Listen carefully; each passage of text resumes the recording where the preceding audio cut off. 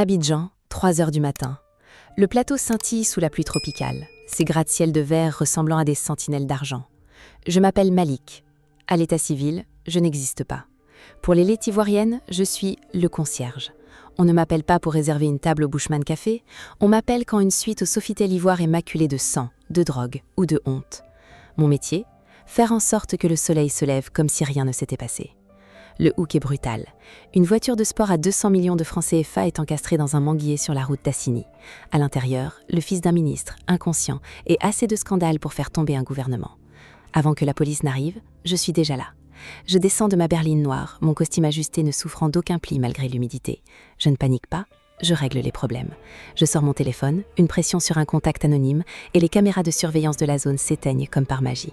En 10 minutes, la voiture est remorquée, le fils est dans une clinique privée sous protection, et la route est plus propre qu'un bloc opératoire. Mais le luxe a un prix, que l'argent ne peut pas toujours payer. Chaque preuve que j'efface, je la garde. Chaque scandale que j'étouffe devient une brique de mon propre empire. Ce soir, en nettoyant le sang sur le cuir de cette Maserati, je n'ai pas seulement sauvé une carrière politique. J'ai pris une option sur le prochain remaniement ministériel. À Abidjan, celui qui nettoie la boue finit toujours par posséder la terre. Le lendemain, je me retrouve dans un bureau climatisé du quartier des ambassades à Cocody. Le ministre est là, face à moi, ses mains tremblant au-dessus d'un café fumant. Le luxe de son bureau, masque baoulé authentique, mobilier en ébène et tapis persan ne suffit pas à masquer sa terreur. Il sait que je tiens son avenir entre mes doigts gantés. « Malik, personne ne doit savoir, » murmure-t-il, sa voix s'arrêtant sur chaque syllabe. « Le dossier doit disparaître. » « Le dossier n'existe déjà plus, monsieur le ministre, » répondis-je en m'asseyant sans y être invité. Les témoins ont été indemnisés, la voiture est déjà en pièces détachées au Ghana, et la presse parlera d'un simple incident technique sur le réseau électrique. La tension dans la pièce est délicieuse. C'est ce moment précis que je préfère, quand l'homme puissant réalise qu'il est devenu mon obligé. Je pose une petite clé USB en argent sur son bureau. Ceci est la seule copie des enregistrements de la dashcam. Elle est à vous. Il tend la main, soulagé, mais je pose mon doigt sur la clé. En échange, j'ai besoin que votre ministère facilite l'octroi des licences pour le nouveau port franc, discrètement. Le luxe de sa position vient de changer de camp. Il n'est plus le patron. Il est le partenaire passif de mon ascension. À Abidjan, les secrets sont comme le cacao. Si vous savez comment les transformer, ils valent de l'or. Je quitte le bureau en sachant que j'ai désormais un ministre dans ma poche, prêt à signer n'importe quoi pour que le soleil continue de briller sur sa villa de Cocody. Abidjan vu d'en haut est un tapis de diamants qui ne demande qu'à être foulé. Je me trouve sur le rooftop ultra privé d'un hôtel du plateau, un verre de vieux rhum à la main, observant la lagune ébriée qui scintille sous la lune. C'est ici que les vraies décisions se prennent, entre 2 volutes de cigares et des rires trop forts pour être honnête. Mon costume en lin gris perle capte les reflets des néons de la ville. Je ne suis pas là pour m'amuser, je suis là pour marquer mon territoire. Une femme s'approche, sa démarche est un défi à la gravité. Elle porte une robe en soie sauvage d'une couleur ocre qui rappelle la terre d'Assini. C'est Awa, la banquière la plus puissante de la place. Elle sait tout sur tout le monde, mais elle ignore encore ce que j'ai dans ma poche. « Malik, on dit que tu as fait un miracle hier soir sur la route du littoral, » murmure-t-elle, son parfum de santal m'envahissant. Le ministre a retrouvé le sommeil. « Et toi, qu'as-tu trouvé en échange ?»« Le sommeil est un luxe qui coûte cher à Abidjan, Awa, » répondis-je sans la regarder. Disons simplement que j'ai acquis une nouvelle forme de crédit immobilier. La tension sexuelle et intellectuelle entre nous est électrique. Elle sait que je ne suis plus le petit intermédiaire qu'elle a connu. Elle cherche à voir si je suis une menace ou une opportunité. Je sers un deuxième verre. Mes mouvements sont lents, calculés. Autour de nous, les conversations s'éteignent discrètement. Les gens nous regardent. Ils voient le nettoyeur parler à la reine des finances. Ils comprennent que l'équilibre du plateau est en train de basculer. Le luxe de ce rooftop n'est plus un décor de fête. C'est mon arène. Ce soir, je ne suis pas venue effacer un scandale. Je suis venue en créer un nouveau. Ma propre ascension. Le trajet vers la zone 4 se fit dans un silence de cathédrale, brisé seulement par le ronronnement du moteur de ma berline allemande. Ici, à Abidjan, l'argent ne dort pas. Il change simplement de main sous les néons rouges et violets des clubs privés. J'entrais dans l'éclat, un établissement où l'on n'entre que si l'on possède une clé d'or ou un secret d'État. La fumée de narguilé flottait dans l'air, mélange d'encens et de complot. Mon client du soir était un expatrié influent, un homme d'affaires dont les contrats de construction façonnaient le nouvel Abidjan, mais dont les penchants nocturnes me menaçaient de tout détruire. Il était assis au fond d'un box en cuir rouge, entouré de gardes de corps qui s'écartèrent à mon approche. Ils savaient que mon arme n'était pas un pistolet, mais une connaissance chirurgicale de leurs failles. Malik, ils ont des photos, lâcha-t-il, la voix étranglée par un mélange de whisky et de panique. Si ça sort, le projet du pont de la lagune s'arrête demain. Je m'assis en face de lui, ajustant mes boutons de manchette. La tension dans ce petit espace confiné était suffocante. À Abidjan, une photo n'est qu'une image, tant qu'elle n'a pas de légende, James, répondis-je calmement. Et je suis celui qui écrit les légendes. Le luxe de ce club, avec ses bouteilles à plusieurs millions et ses serveuses en robe de soie, n'était qu'un paravent. Derrière les rires, je voyais les calculs. J'ai récupéré son téléphone. J'ai vérifié les métadonnées. Le chantage venait de l'intérieur. En moins de 5 minutes, j'avais identifié la source et envoyé un message codé qui ferait taire le maître chanteur avant l'aube. En quittant le club, je sentis le regard d'Awa depuis le bar. Elle ne me quittait pas des yeux. Elle comprenait que mon nettoyage ne se limitait plus aux accidents de voiture. J'étais en train de devenir le gardien des infrastructures de la nation. Le lieu de la rencontre était une galerie d'art privée à Marcory, un espace minimaliste où le béton brut côtoyait des œuvres contemporaines ivoiriennes valant des millions. C'était le territoire neutre idéal pour accoucher d'un monstre financier. J'avais convoqué Awa, la banquière au regard d'acier, et le ministre, dont la carrière ne tenait plus qu'à mon silence. La tension dans la pièce était suffocante, un mélange d'ambition féroce et de peur panique. Je portais à costume 3 pièces en laine froide, une armure de distinction pour masquer la brutalité de ma manœuvre. « Messieurs, dames », commença-t-il en désignant une maquette complexe du nouveau pont de la lagune. Le ministre a les licences, Awa a les capitaux, et moi, j'ai la garantie que personne ne parlera des incidents passés qui pourraient faire capoter ce projet. Awa crossa ses jambes interminables, un sourire énigmatique jouant sur ses lèvres. « Tes garanties coûtent cher, Malik. La banque n'investit pas sur des promesses d'ivrogne ou des accidents de voiture. »« La banque investit là où je lui dis d'investir, Awa, » répliquai-je doucement en faisant glisser une tablette sur la table de verre. « Parce que si ce projet échoue, je publierai les détails des comptes offshore que ton établissement utilise pour blanchir l'argent du cacao. » Le silence qui suivit fut public. Le ministre pâlit, réalisant que j'utilisais sa propre corruption comme une arme de destruction massive. Awa me regarda fixement, non plus comme une menace, mais comme un égal. Le luxe de cette galerie devint le berceau de notre alliance forcée. J'avais transformé leur péché en capital. Et ce soir, à Marcory, je n'étais plus le nettoyeur d'Abidjan. J'étais devenu l'architecte de son avenir. Le palais des congrès du Sofitel Ivoire brillait comme un diamant brut posé sur la lagune. Sous les lustres de cristal, le Gotha d'Abidjan paradait, ministres, ambassadeurs et chefs d'entreprise, tous vêtus de smoking de chez les plus grands tailleurs et de robes de créateurs valant le prix d'un appartement au plateau. J'étais là, dans mon smoking sur mesure d'un noir mat impeccable, me fondant dans la masse, tout en étant le centre de gravité de toutes les craintes. Je ne tenais pas de liste, mais chaque visage dans cette salle était un dossier ouvert dans mon esprit.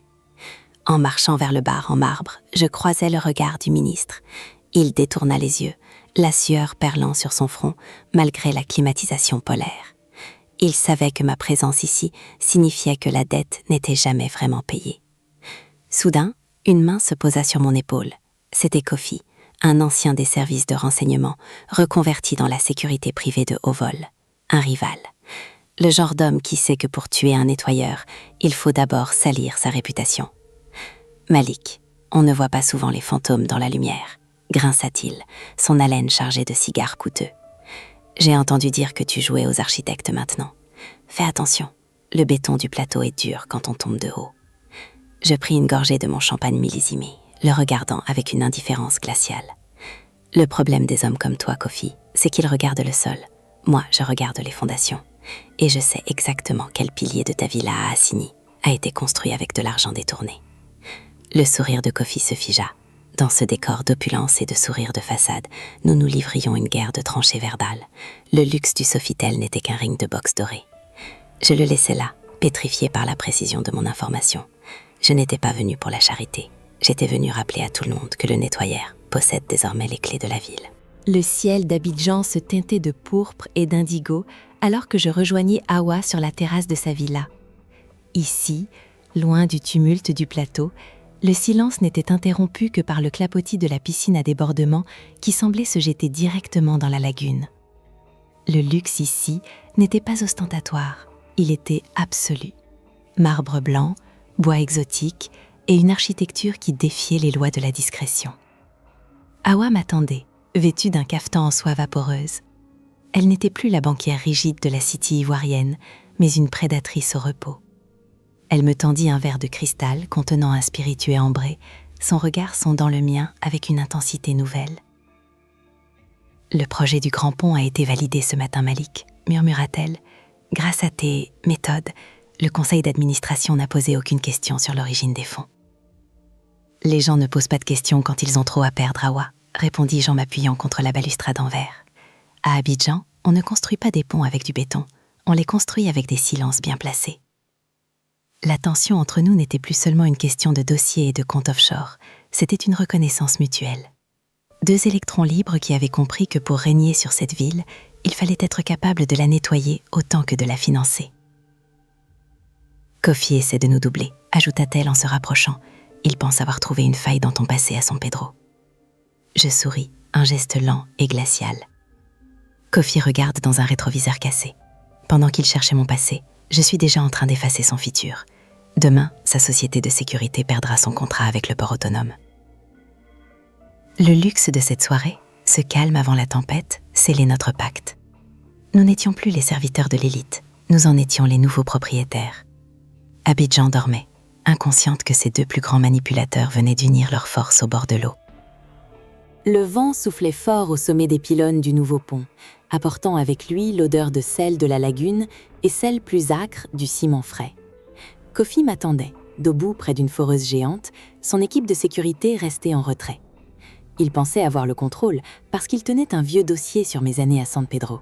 Il ignorait que dans mon monde, le passé n'est qu'une arme que l'on finit par retourner contre son propriétaire. La tension était à son comble. En bas, les ouvriers ressemblaient à des fourmis s'activant dans la nuit sous des projecteurs aveuglants. Le luxe des galas semblait à des années-lumière. Ici, seule la force brute comptait. « Tu as fait une erreur en venant seul, Malik », lança Kofi, sa main droite crispée dans la poche de son veston. « Tes amis ministres ne peuvent pas t'aider ici. Demain, tes secrets seront sur le bureau du procureur. »« Kofi, tu es un homme de l'ancien temps », répondis-je, en m'avançant jusqu'au bord du vide, les mains dans les poches de mon manteau de cachemire sombre. « Pendant que tu fouillais mes archives, j'ai racheté tes dettes de jeu à Macao. J'ai aussi envoyé une copie de tes virements occultes à tes anciens collègues de la DST. À cet instant précis, ta maison à Assini est en train d'être perquisitionnée. » Le visage de Kofi se décomposa. La lumière crue des projecteurs accentuait chaque ride de son angoisse. Le prédateur venait de réaliser qu'il était dans un piège qu'il avait lui-même aidé à construire. « Tu ne ferais pas ça », bégaya-t-il. « C'est déjà fait. À Abidjan, on ne nettoie pas seulement les taches, on élimine les sources de saleté. Tu as deux options, prendre le premier vol pour Paris et ne jamais revenir, ou finir comme un pilier de ce pont. Le béton est très accueillant ce soir. » La tension retomba d'un coup, remplacée par une soumission totale. Kofi comprit que sa carrière, sa réputation et sa vie ne tenaient plus qu'à un geste de ma part. Je fis demi-tour sans attendre sa réponse. Le nettoyeur ne laisse jamais de traces, même quand il démolit un empire de sécurité. La brise de la lagune était fraîche, emportant avec elle les derniers échos de la fureur du plateau. Ici, à la baie des milliardaires, Abidjan n'est plus qu'une ligne de lumière à l'horizon, lointaine et docile.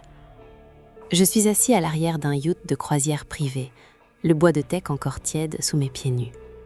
Awa est en face de moi, drapé dans un ensemble en lin blanc qui semble capturer toute la clarté de la lune. Entre nous, sur une table basse en verre, repose le contrat signé par le nouveau terminal du port. Ce n'est plus seulement du papier, c'est l'acte de naissance de notre propre dynastie. Kofi est une ombre du passé, et le ministre n'est plus qu'un pion que nous déplaçons selon nos besoins. On dit que le pouvoir isole, Malik, murmura Awa en faisant tourner son verre de champagne. Mais ce soir, je me sens enfin entourée par mes égaux, c'est-à-dire par toi. L'isolement est pour ceux qui craignent de perdre ce qu'ils ont, répondis-je, avec un calme souverain. Nous ne possédons pas seulement des actifs, Awa. Nous possédons la confiance de ceux qui dirigent ce pays, parce que nous sommes les seuls à connaître la vérité derrière leur sourire. La tension entre nous s'est transformée. Ce n'est plus de la méfiance, c'est une fusion froide et calculée. Nous avons nettoyé les scandales, nous avons financé les projets, et maintenant, nous récoltons les dividendes du silence.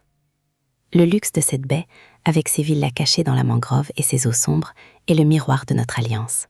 Profond, mystérieux et impénétrable. « Et maintenant ?» demanda-t-elle, son regard brillant d'une ambition nouvelle. Maintenant, nous cessons de nettoyer l'histoire des autres. Nous commençons à écrire la nôtre. Abidjan n'est que le début, Hawa. L'Afrique de l'Ouest a besoin de nouveaux maîtres, et nous avons déjà toutes les clés. Je levai mon verre vers elle. Dans le reflet du cristal, je vis non plus le nettoyeur, mais un homme qui avait transformé les secrets du plateau en un trône de fer. Le bruit de l'océan Atlantique s'écrasant sur le sable d'Assigny est la seule musique que je supporte quand tout s'effondre. Je suis dans mon bureau de verre, face à la mer, mais mes yeux sont fixés sur les écrans de contrôle. Junior, mon protégé, celui que j'ai sorti du ghetto d'Abobo pour en faire mon bras droit, vient d'être surpris en train de copier des fichiers sur mon serveur privé. La tension dans la villa est lourde, une chaleur moite que même la climatisation n'arrive pas à chasser. Je ne crie pas, les cris sont pour les amateurs. Je l'attends, assis dans un fauteuil de designer en cuir blanc, un pistolet de collection posé négligeablement sur la table basse, juste à côté d'un bol de fruits exotiques. Le problème avec la loyauté, Junior, c'est qu'elle ne survit jamais à une offre supérieure, murmurai-je alors qu'il entrait, le visage décomposé. Malik, je peux expliquer, c'était pour ma famille, bégaya-t-il, les yeux fixés sur l'arme. Je me levai lentement. Le luxe de cette villa, avec ses œuvres d'art et son accès privé à la lagune, lui avait fait oublier la règle numéro 1. On ne vole pas celui qui efface les péchés. Ta famille aura une très belle maison à Yamoussoukro, Junior, mais tu n'y seras pas. J'ai déjà transféré tes aveux au ministre. Tu te rappelles l'homme que j'ai sauvé sur la route d'Assigny ? Il n'aime pas les témoins, et il adore les services rendus. Le luxe devint sa cellule. La trahison n'était pas un simple incident, c'était une faille dans mon armure que je devais souder par le sang ou l'exil. À Abidjan, on peut tout nettoyer, sauf la trahison d'un frère. En le regardant être emmené par maison vers le ponton, je sus que mon empire était désormais scellé dans la peur. La solitude est le prix à payer pour régner sur le plateau. Sous le bitume brûlant du plateau, là où les bruits de la ville s'éteignent enfin, se trouve mon véritable empire. Ce n'est pas fait de marbre ou d'or, mais d'acier brossé, de serveurs silencieux et de lumière bleutée qui clignotent comme les battements de cœur d'une nation. J'ai conduit Hawa ici, à travers 3 sas de sécurité biométrique. C'est la première fois qu'une autre personne pénètre dans ce sanctuaire. La tension entre nous est palpable, un mélange de confiance ultime et de peur partagée. Hawa regarde les murs d'écran où défilent en temps réel les flux financiers, les caméras de surveillance des ministères et les dossiers cryptés. Elle comprend enfin l'ampleur de mon pouvoir. Je ne nettoie pas seulement Abidjan, je la numérise. Junior n'a pas agi seul, Malik, murmura-t-elle, sa voix résonnant étrangement dans l'acoustique parfaite du bon cœur. Les accès qu'il a tenté d'ouvrir mènent directement au compte de la présidence. Ce n'était pas pour l'argent, c'était pour un coup d'état numérique. Je m'approchais de la console centrale, mon reflet se découpant sur les vitres sombres. Je sais, j'ai tracé les paquets de données. Ils remontent à une officine de renseignement privé basée à Paris. Ils veulent nos secrets pour placer leurs propres pions au prochain remaniement. Le luxe de ce bunker, c'est l'information pure. C'est le seul endroit où nous sommes vraiment nous-mêmes, dépouillés de nos costumes de gala et de nos sourires de façade. Je posai ma main sur l'épaule d'Hawa. Ils pensent qu'ils peuvent nous effacer parce qu'ils connaissent nos noms. Mais ils oublient que je possède leur propre dossier de corruption ici même. Ce soir, nous n'allons pas seulement nous défendre, nous allons lancer une contre-attaque qui fera trembler les banques de l'autre côté de l'océan. La tension se mua en une résolution glaciale. Dans le silence technologique de mon sanctuaire, nous venions de déclarer la guerre à ceux qui nous pensaient dociles. À Abidjan, le nettoyeur ne se contente plus de ramasser les débris. Il s'apprête à faire exploser le système. L'aube se lève sur Abidjan, teintant le ciel d'un rose électrique qui se reflète sur les façades de verre du plateau. Je me tiens sur l'héliport au sommet de la tour la plus haute de la ville, là où l'air est pur et débarrassé de la poussière des rues. À mes côtés, Hawa observe le réveil de la cité. La tension des dernières heures est tombée, remplacée par une sérénité prédatrice. « C'est fait », dis-je en rangeant ma tablette. Les serveurs à Paris ont été neutralisés. Leurs dossiers de corruption sont désormais sur les bureaux des agences de presse internationales. Ils ne sont plus des chasseurs, ils sont des fugitifs. Le luxe de cet instant n'est pas dans le champagne ou les bijoux, mais dans le silence de la victoire. En bas, les ministres et les banquiers commencent leur journée, ignorant que les fils qui les font bouger ont changé de main pour de bon. Le nettoyeur a fini sa grande lessive. Et nous, Malik, qui sommes-nous maintenant ? demanda Hawa, ses yeux capturant la première lueur du soleil. Nous sommes ceux qui veillent, répondis-je en m'approchant du bord. Ceux qui décident quand le soleil doit briller et quand l'ombre doit tomber. Je ne suis plus là pour effacer les erreurs des autres, Hawa. Je suis là pour m'assurer qu'ils ne fassent que les erreurs que j'autorise. Je sortis de ma poche une petite pièce d'ébène, un pion de jeu d'échecs sculpté, et je la jetai dans le vide. Elle disparut dans la brume matinale. Abidjan était à mes pieds, docile et resplendissante. J'avais transformé les secrets du plateau en un trône invisible. La ville appartenait désormais à ceux qui savaient la laver de ses péchés. Le nettoyeur a pris le pouvoir, et ce n'était que le premier jour de son règne.